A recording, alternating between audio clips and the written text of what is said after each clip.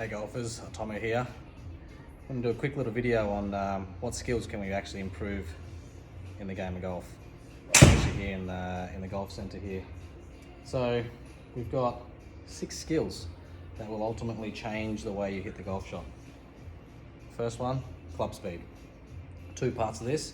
One, if you can create a lot of club head speed, you're going to create a lot of opportunities.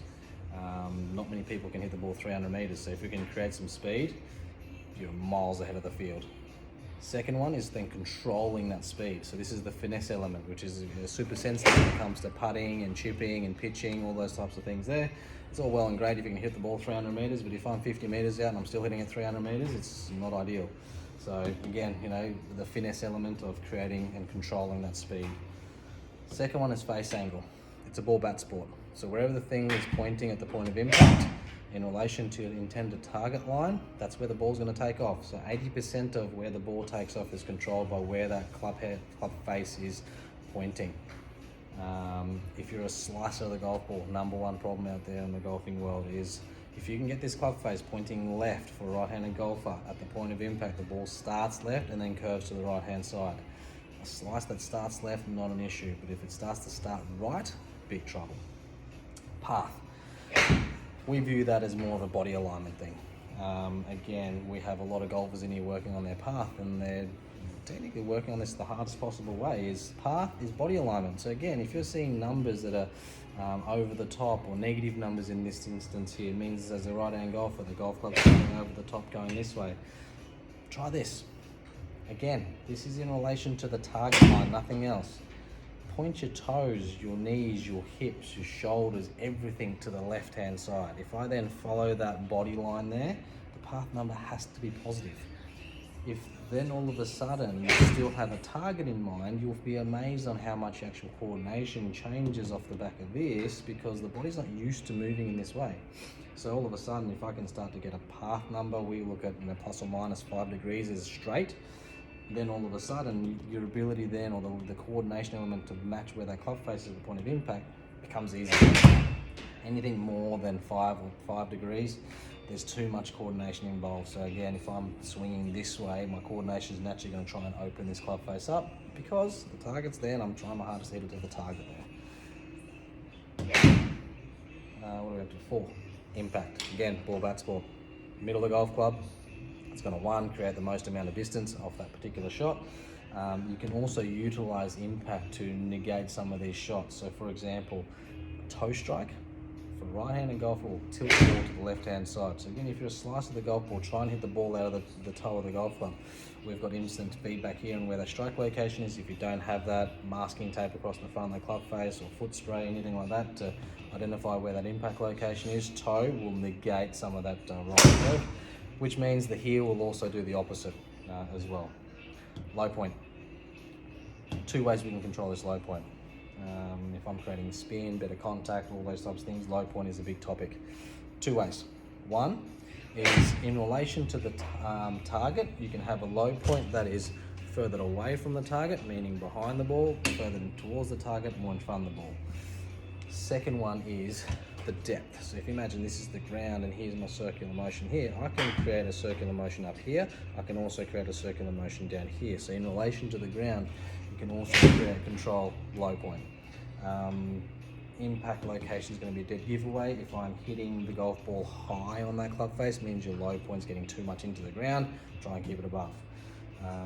Contact with the irons, we want to make sure this low point's in front of the golf ball. So again, if the club's bottoming out here, there's no way any kind of dirt, grass, anything can get between the club and the ball.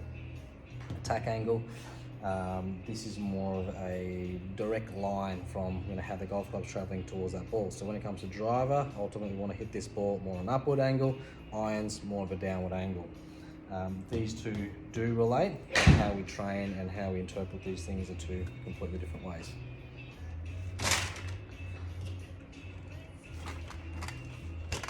Right, now that we've identified which skill to work on, we're going to do this bottom to up. This is just the way we think, even though it should be the other way around. How are we going to test, or how are we going to improve the skill? So let's just use direction. A lot of times if a player gets better with their left and right control, they're going to be better. back on the last video, it's either going to be your path or your face angle. I want to put myself in an environment called block, which means there's nothing out there but just me, the golf club, and the ball. If I can execute this 3 in a row or 3 out of 5 shots, it's good enough. Best players in the world are looking at about a 60% success rate.